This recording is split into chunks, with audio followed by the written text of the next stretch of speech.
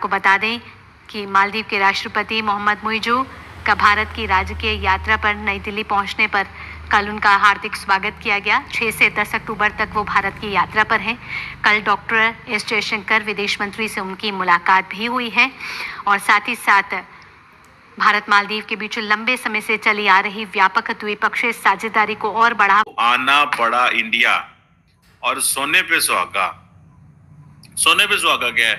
सोने पे सुहागा ये है कि भाईजान मोदी साहब ने जफी नहीं पाई, मोदी साहब ने गले ही नहीं लगाया मौजू को। मेरा ख्याल है प्रेसिडेंट मौजू जो है ये दुनिया का वाहिद लीडर है जिसको नरेंद्र मोदी साहब ने जफी नहीं डाली। सिक्योरिटी पे इंडिया को रखते हैं और इंडिया के साथ अपनी टाइज जो है रिपेयर करना चाहते हैं। ये वही मालदीव है जो कि चाइना के साथ कभी मिलके इंडिया को आंखें दिखा रहा था और आज ये माफी मांगने की बात कर रहे हैं। मोहम्मद मुइज़ू की बात करें तो मोदी साहब ने इनका वेलकम नहीं किया, लेकिन हाँ कल इनकी मुलाकात मुतवक्के हो सकती है प्राइम मिनिस्टर नरेंद्र मोदी के साथ। जी, साजिदा मुइज़ू जो है वो उनका किरदार मालदीव की पॉलिटिक्स में ऐसे गया जैसा यहाँ पे नुसरत भुट्टो का था। उन्होंने जो है आप उनकी पॉलिटिकल लाइफ जो है मुइज़ू साहब की उसको उन्होंने बड़ा स्ट्रेंथन किया है। वो उनकी स्ट्रेंथ बनी थी बजाय वीकनेस के। ये आपको एक सहारा दे रहे हैं, ये आपको ही यूज करेंगे आगे, देखना। ये आपको एक सहारा दे रहे हैं, वो कहते हैं पंजाबी में कहावत है, आपको ठोक देंगे आगे ये लोग। इंडिया कहता है घर में घुस के मारेंगे, तो वो वही तो काम कर रहे हैं, आ तो रहे हैं घर। दोस्तों, मालदीव के राष्ट्रपति डॉक्टर मुइज़ू जो है यहाँ पर भारत आए हुए हैं प्रधानमंत्री से मिलने के लिए। और प्रधानमंत्री से मिलकर दोस्तों प्रधानमंत्री ने उन्हें गले से नहीं लगाया, जिनकी पाकिस्तानी मीडिया का क्या रिएक्शन रहता है ये आपको मैं आज वीडियो में दिखा रहा हूँ। इनकी मुलाकात मुतवक्के हो सकती है प्राइम मिनिस्टर नरेंद्र मोदी के साथ। हम ये देख रहे हैं कि जो भी छोटी कंट्रीज जो हैं अगर इंडिया के खिलाफ नारेबाजी करती हैं या इंडिया के खिलाफ स्टेटमेंट देती है, कुछ टाइम के बाद कुछ ऐसा कहते हैं ना कि चेंज आता है कि ये अपने वर्ड जो है वो ना सिर्फ बैक करते हैं बल्कि साथ साथ माफी तलाफी भी करते हैं। सो अवाम की तरफ बढ़ते हैं और जानते हैं उनकी जबरदस्त। लेकिन इस टाइम जिस तरह इंडिया तरक्की कर रहा है और जिस हिसाब से वो अपनी इकोनॉमी बेहतर कर रहा है, तो मालदीव ने यह समझा कि बेहतर यही होगा कि वो अब इंडिया के ब्लॉक में आए, वो चाइना वाला ब्लॉक छोड़ दे। क्योंकि इंडिया आप इस टाइम सबसे ज़्यादा देखें मोबाइल और गाड़ियों और गाड़ी के पार्ट सबसे ज़्यादा इंडिया बना रहा है। अच्छा, और उसकी इकोनॉमी पाकिस्तान या दूसरे ममालिक चाइना की निस्बत इस टाइम इंडिया दुनिया में तीसरा मुल्क है, अमेरिका और जापान के बाद जो दुनिया में सबसे ज़्यादा गाड़ियाँ बना रहा है। और वो अपनी इकॉनमी इस तरह बेस्ट कर रहा है कि हर मुल्क की अब यही मजबूरी है कि वो इंडिया के ब्लॉक के साथ मिल जाए, इंडिया के साथ मिलके अपने मुल्क को आगे ले जाए, बेहतर बनाए। ठीक है, अगर मालदीव की बात करें तो मालदीव एक ऐसा मुल्क है जिसकी सारी की सारी जीडीपी टूरिज्म पे जो है डिपेंड करती है। हर शादीशुदा जोड़ा वहाँ पे घूमने जाता है, अच्छा व्यू है, आइलैंड बहुत प्यारे हैं। लेकिन इंडिया ने जब मालदीव का बायकॉट किया, उनकी नेशनलिज्म ने जब बायकॉट किया, तो फिर उन्हें चाइना को बाय बाय कहना ही पड़ा। ये बार बार कभी इंडिया से ब्रेड एंड बटर दे दें, इंडिया ने कहा हमारे पैसे निकालो।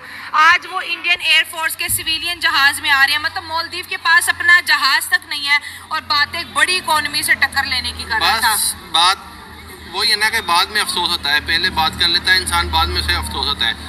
अब जो इंडिया से टूरिज्म जाता है वो या तो थाईलैंड वगैरह जाता है या मालदीव जाता है। मालदीव बंद हो गया, वो थाईलैंड वगैरह जा रहे थे। अब जब वो दोबारा इधर आया, वो इनके साथ बैठेगा और अपने मामला तय करेगा, माफी शाफी करेगा।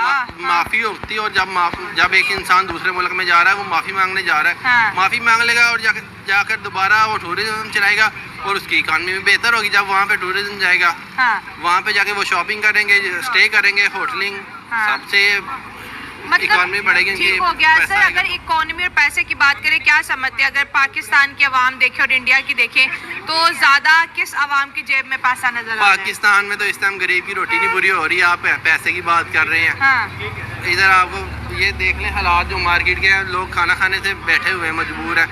जितनी इधर महंगाई हुई है और इंडिया तो कहीं हमसे ऊपर बेस्ट जा रहा है।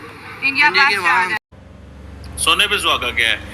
सोने पे सुहागा ये है कि भाईजान मोदी साहब ने जफी नहीं पाई, मोदी साहब ने गले ही नहीं लगाया मौजू को। मेरा ख्याल है प्रेसिडेंट मौजू जो है ये दुनिया का वाहिद लीडर है जिसको नरेंद्र मोदी साहब ने जफी नहीं डाली।